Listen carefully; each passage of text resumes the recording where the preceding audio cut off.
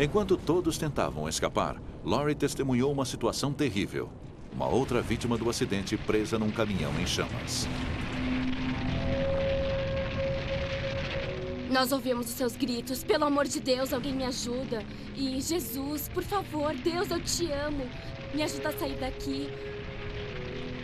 Mas não podíamos ajudá-lo porque o fogo já estava engolindo tudo. As equipes de resgate chegaram minutos depois. Eu só escutava os gritos. E foram os piores que já ouvi. Eu vi uma mulher em meio à fumaça, no banco do passageiro de uma van. A perna dela estava presa e eu sabia que a van ia explodir mais cedo ou mais tarde. E o pior foi quando ela disse: "Não me deixe morrer aqui." Frank Madry precisava encontrar uma maneira de resgatar as pessoas enquanto elas ainda estavam vivas. Mas seu tempo estava se esgotando.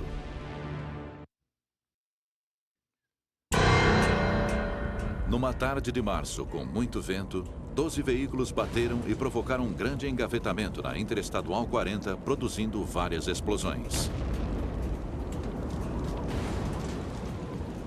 Frank Madry retirou uma van do meio do fogo onde havia uma mulher presa.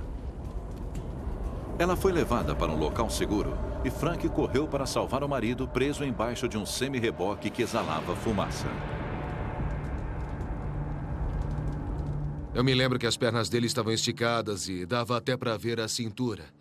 Ele ainda estava chutando o ar e quando eu agarrei as pernas dele, puxei, mas ele não se mexeu. Puxei mais forte.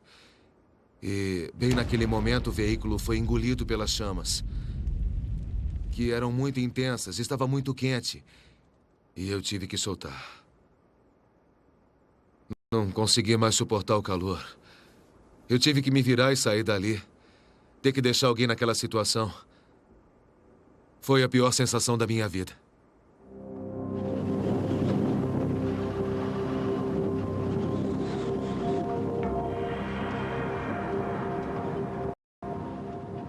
Quando o investigador de polícia Jeff Vick chegou ao local 1 hora após o acidente, encontrou uma massa de metal derretido no lugar de carros e caminhões.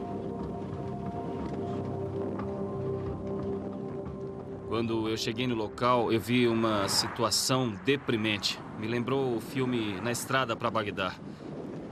Havia fogo e fumaça por todo lado.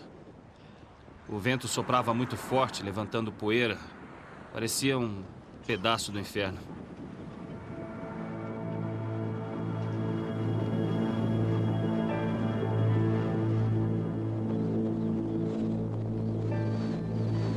Ao todo, o acidente e as chamas mataram 7 pessoas. Hoje há um monumento no acostamento da Interestadual 40. Para a maioria das pessoas que passa por aqui, este é só um lembrete de mais um acidente rodoviário. Mas para outros, é pessoal. Essas pessoas eram irmãos, pais, tios, irmãs, mães. Representavam alguma coisa na vida de outras pessoas, mas se foram. E isso faz você pensar. Uma das pessoas envolvidas no acidente era amigo do meu irmão. Ele estava a 80 quilômetros de casa. E eu lembro que meu irmão ligou naquela noite e perguntou: Você sabe se havia uma picape de determinada cor no acidente? Eu respondi: BJ, você nem pode imaginar, não faz ideia de como estava aquilo. Eu disse: não havia como identificar a cor de nenhum dos veículos. Eu não faço a menor ideia. E ele disse que o amigo deveria ter voltado naquela tarde, mas não havia chegado.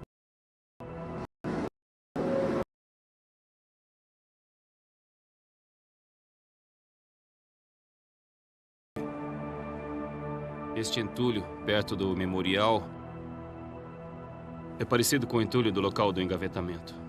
E serve como um lembrete de como esse tipo de acidente pode ser trágico e como podemos sofrer com uma perda devastadora por causa deles.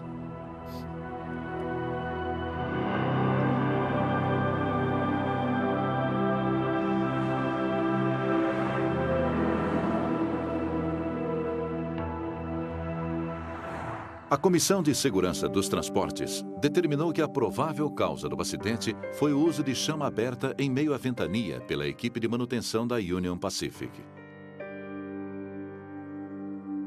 Após o acidente, 5 das famílias das vítimas processaram a empresa.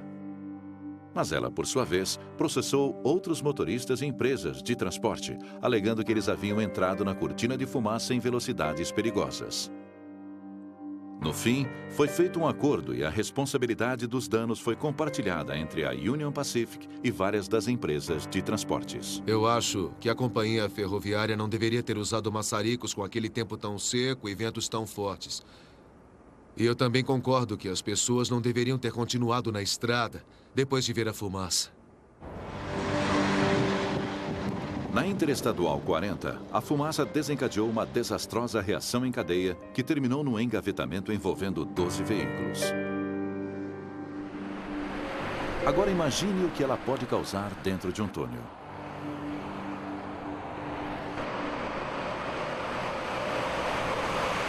Na Europa, uma rede de centenas de túneis escavados sob montanhas íngremes funcionam como artérias comerciais e turísticas.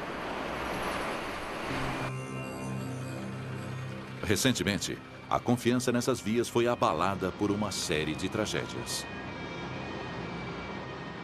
Março de 1999, um grande incêndio no túnel Mont Blanc queimou durante 52 horas, matando 39 pessoas e derretendo veículos inteiros. 3 anos depois, um novo desastre aconteceu no segundo maior túnel do mundo.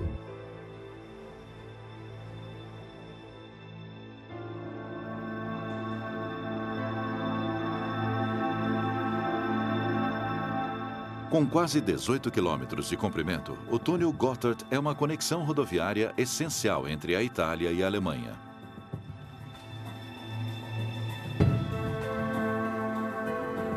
Ele era considerado um dos túneis mais seguros da Europa. Até 24 de outubro de 2001.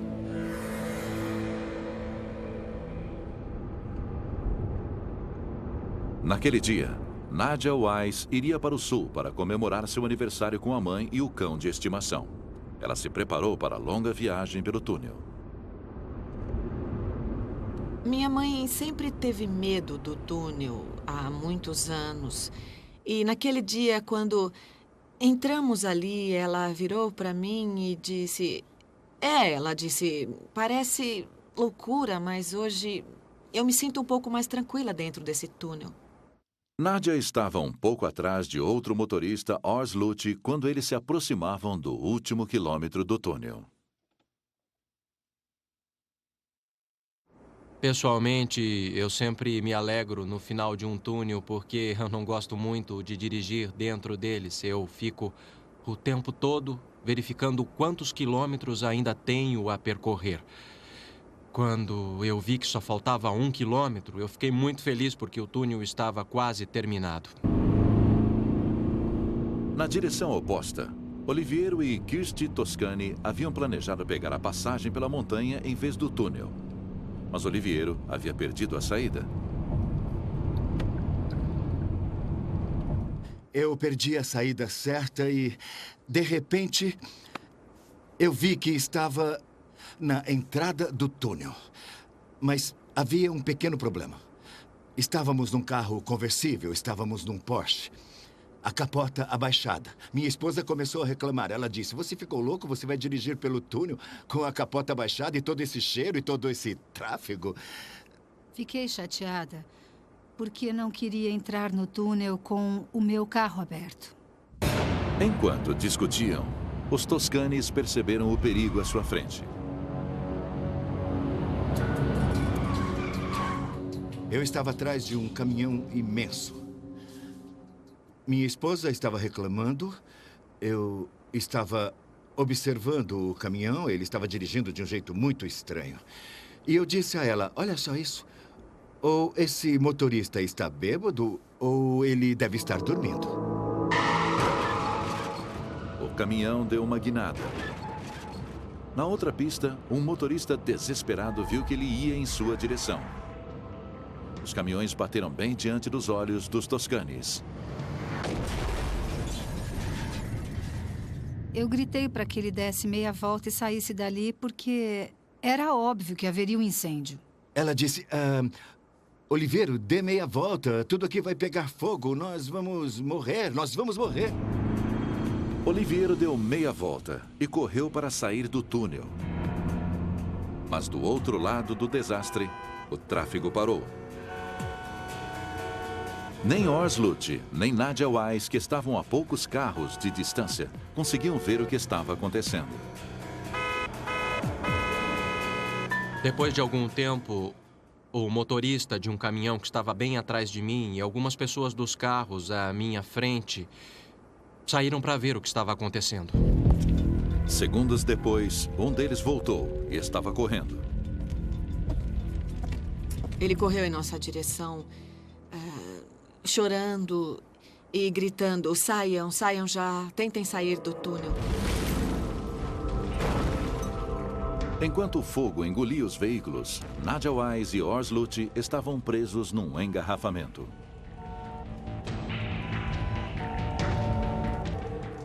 Eu abri a porta de trás do carro para tirar o meu cachorro e eu vi uma onda vindo em nossa direção, enchendo o túnel, uma onda negra. No momento em que eu saí do carro, eu tentei localizar a saída de emergência. Eu vi uma seta indicando para que lugar eu deveria ir. Assim que eu comecei a correr naquela direção, eu vi uma onda de fumaça vindo como uma avalanche. A onda de fumaça enchia o túnel e as pessoas lá dentro teriam menos de um minuto para sobreviver.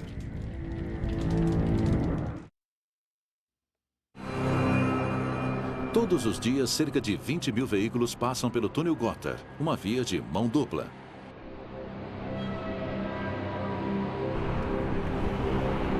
Segundo o investigador de polícia Andrea Quattrini, os veículos correm mais riscos em túneis desse tipo. No túnel St. Gotthard, o tráfego corre em duas direções. Não há nada que separe as duas pistas, aumentando as chances de um carro bater de frente com o outro. Foi o que aconteceu em outubro de 2001. Como não havia uma divisão, o caminhão que perdeu o controle mudou de pista e bateu em outro caminhão.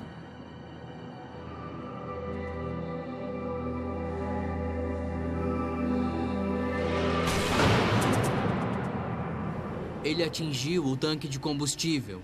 A gasolina vazou por toda a pista. E uma fagulha do cabo da bateria causou a combustão, o fogo. 2 minutos depois, havia um incêndio no local. Um dos caminhões levava um carregamento de 1.100 pneus. Quando o combustível em chamas chegou aos pneus, a mistura criou uma nuvem negra e espessa de fumaça tóxica. Uma nuvem que ia na direção de Ors Lute como uma avalanche. Quando ele a viu, pulou de volta no carro. Quando eu vi aquela imensa quantidade de fumaça, eu acabei ficando muito nervoso. Eu tremia tanto que quando eu voltei para o carro, eu tive grande dificuldade de colocar a chave na ignição. Enquanto isso, Nadia Wise procurava seu cão, que havia saltado do carro. Mas agora, ela também não conseguia ver sua mãe. Eu a ouvi me chamar 1 ou 2 vezes, mas depois a gritaria no túnel ficou tão grande que era muito difícil de ouvir. Quando ligou o carro, Ors Lute ouviu os gritos de uma mulher procurando a filha. Era a mãe de Nadia. A porta de trás abriu e uma mulher entrou gritando e perguntando: ainda tem ar aqui dentro? E nesse meio tempo eu percebi que a fumaça estava vindo em minha direção. Então ela segurou o meu pescoço por trás e disse: a minha filha ainda está no túnel. Eu entrei em pânico, não consegui entender absolutamente nada e saí dali de qualquer maneira. Poucos metros depois, eu já não conseguia enxergar mais nada, apesar dos faróis ligados, e aí eu bati em outro carro. Fora do túnel, ao ar livre, Oliviera Toscani e a esposa testemunhavam o desastre de outro ângulo. Nós víamos os buracos que existem ao longo do Gotthard e que servem para ventilar o túnel. Havia fumaça preta que saía por eles. E enquanto nós passávamos por ali, nós pensamos, o que está acontecendo lá embaixo? Estávamos bem acima do desastre. Ironicamente, o mecanismo que deveria salvar as pessoas dentro do túnel as colocou frente a frente com o perigo. No túnel Gotthard, o ar é sugado por centenas de ventiladores e expelido nos Alpes através de 4 conjuntos de poderosas chaminés.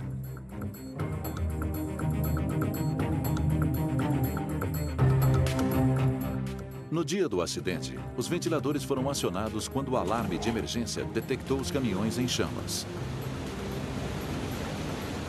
Os ventiladores sugaram a fumaça pelo túnel com força total.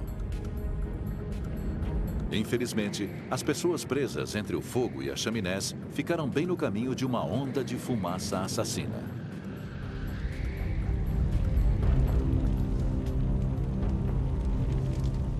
Era uma coisa negra, não parecia fumaça, era espessa. Em meio àquilo tudo, você ouvia pessoas chorando, gritando, você ouvia explosões.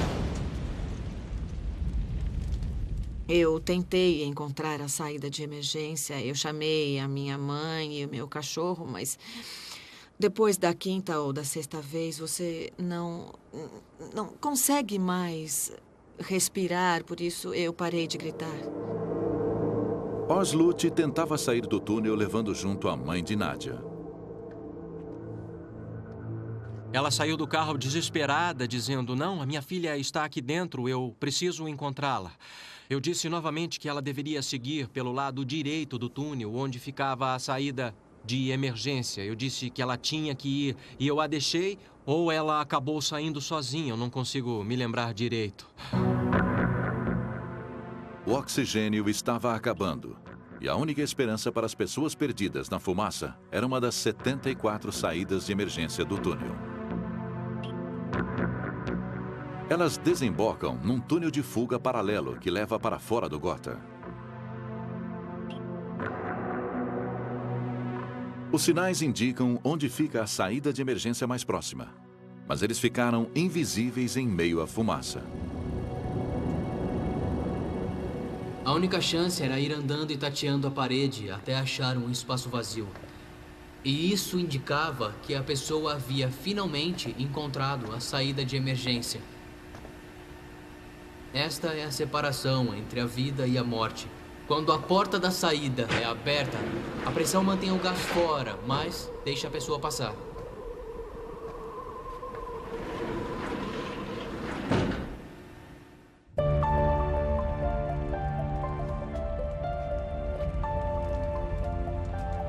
Procurando uma maneira de escapar do túnel em meio ao caos, Nadia encostou a mão em alguma coisa ou alguém. Eu estava procurando o caminho, estava escuro e eu senti que havia encostado num ombro. Minha mãe é uma mulher pequena e eu sabia que tinha que ser ela, que aquela pessoa era minha mãe, porque foi muito especial.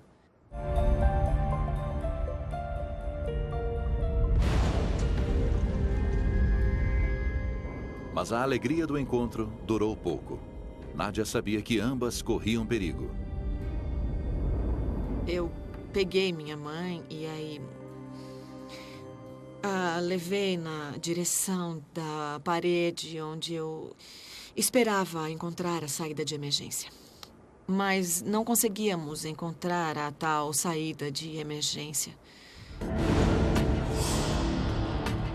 O tempo de Nadia, de sua mãe e de todos que ainda estavam no túnel Gotthard estava se esgotando.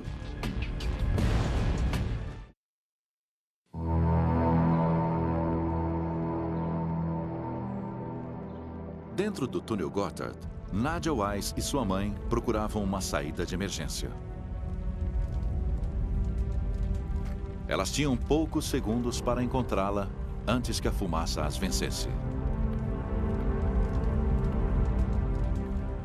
Naquele momento, um homem abriu a porta de emergência que dava para o outro túnel e pudemos ver onde ela estava.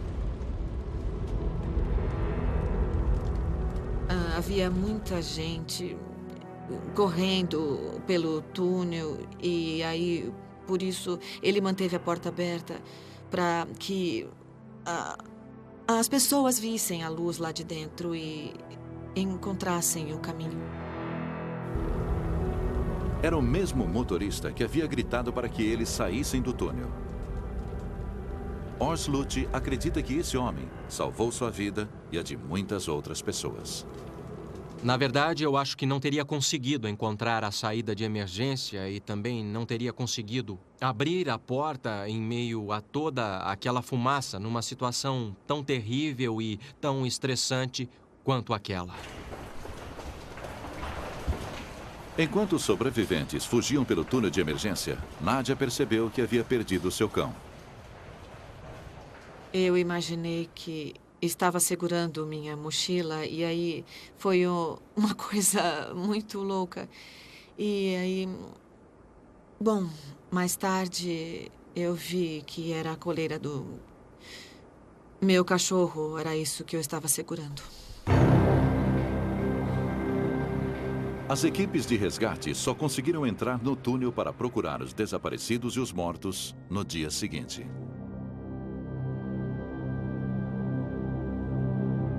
Os investigadores encontraram 11 corpos, mas apenas uma pessoa morreu queimada. A maioria ficou caída no asfalto, do lado de fora de seus veículos, morta pela inalação da fumaça. Quando essas pessoas saíram dos carros, já era tarde demais. Os sobreviventes queriam saber o porquê. Eu posso dizer que eu lamento muito pelas vítimas que acabaram morrendo, mas com certeza eu não sinto ódio de ninguém. Há momentos em que eu me pergunto por que não houve mais investimento em segurança. Talvez sim, esse fato me deixe com muito ódio. Talvez houvesse um jeito melhor que pudesse proteger mais as pessoas. O que muitos não sabem é que um investimento na segurança do túnel já estava sendo planejado. Uma melhora no sistema de ventilação. Nos meses após o desastre, o túnel ficou fechado e as reformas foram feitas. Hoje, os ventiladores de emergência são abertos apenas sobre o local do acidente, puxando a fumaça somente para cima, impedindo que ela se espalhe pelo túnel. Também foi colocada uma iluminação melhor nas saídas de emergência, para que as pessoas possam encontrá-las com mais facilidade. O motorista que causou o acidente não sobreviveu. Ele foi encontrado morto a poucos passos de uma saída de emergência. Mais tarde, as autoridades constataram que ele estava dirigindo bêbado. O desastre foi o resultado do erro de um único homem. Mas dentro de um túnel de mão dupla como o Gotthard, outros acidentes podem ocorrer.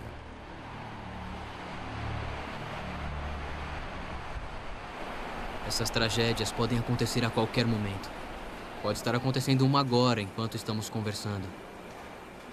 Então, a melhor maneira de torná-lo mais seguro é abrir um segundo túnel para que o tráfego dentro de cada um tenha apenas uma única direção. Em todo o mundo, túneis antigos representam um perigo cada vez maior. Alguns túneis norte-americanos, incluindo o Holland e o Lincoln, em Nova York, têm pistas de mão única e, em caso de acidente, não há como escapar. Não há porta de segurança, nem um túnel paralelo de evacuação. Se algo assim ocorresse, não haveria como retirar uma grande quantidade de pessoas presas no túnel que poderiam ficar isoladas devido ao gás tóxico, incêndio e fumaça. Na Suíça, as autoridades sabem que os riscos continuam aumentando, assim como o tamanho da frota nas estradas. Por isso, foram investidos 7 bilhões de dólares em segurança. E uma grande rede ferroviária subterrânea foi construída, cujo objetivo é transportar carga e passageiros, tirando-os das rodovias. Alguns especialistas gostariam de ver esse exemplo ser seguido nas estradas norte-americanas. Nos últimos 30 anos, o número de carros e caminhões que percorrem as rodovias dos Estados Unidos quase dobrou. O prognóstico do movimento da frota de carga nos Estados Unidos hoje é de que teremos um aumento de 50% em tráfego e tonelagem no ano de 2020. Isso é inconcebível. Onde você vai colocar todos esses caminhões? A resposta é nas estradas, junto com os carros. Sem uma alternativa mais segura, mais carros e mais caminhões correndo causarão mais acidentes em massa. Os sobreviventes do engavetamento da Interestadual 40 no Novo México e do incêndio do túnel Gotthard na Suíça sabem que tiveram sorte em sobreviver.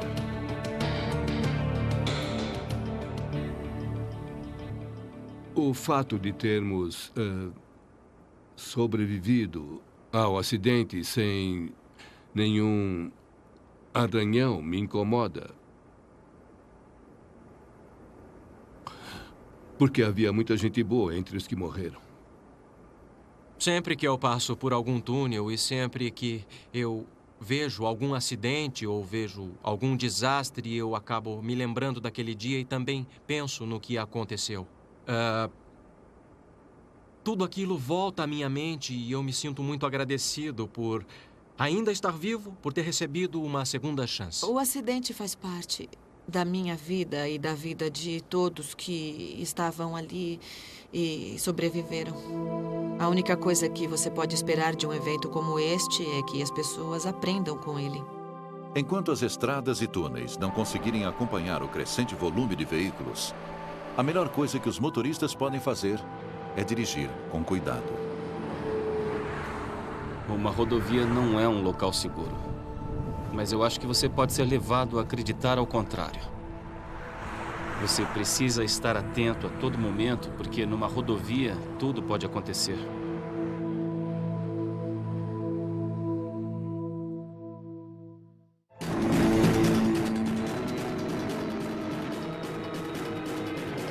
Versão brasileira, VP.